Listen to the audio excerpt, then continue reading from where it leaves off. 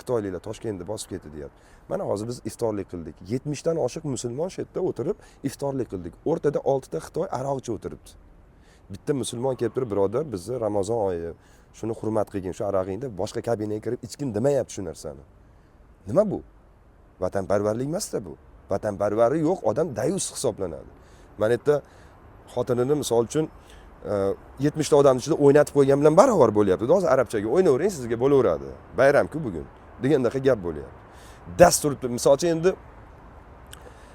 mani kafeim bo'lganda men kelardim, mehmonlar, hurmatlilar cheksiz. Agar sizlar shuni ichadigan bo'lsanglar, marhamatda xona bor, o'sha kirib ichinglar.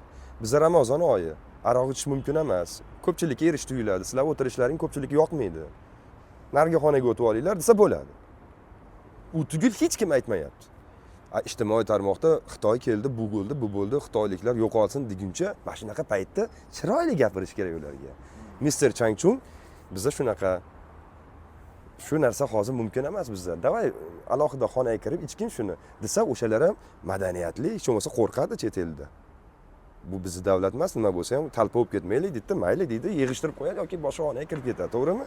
Vatanparvarlik mana shunaqa paytdan boshlanadi. Bugun kelib Ramazonning qoq o'rtasida iftorlik qilayotgan 70 ta o'zbekning ichida 6 ta Xitoy katta aroqni ochib olib ichib o'tirganiga hech kim indamayaptimi? Bu odamlar ijtimoiy tarmoqda na siyosatda, na vatanda, na prezidentda, na boshqani muhokama qilishga haqqi ham yo'q-da.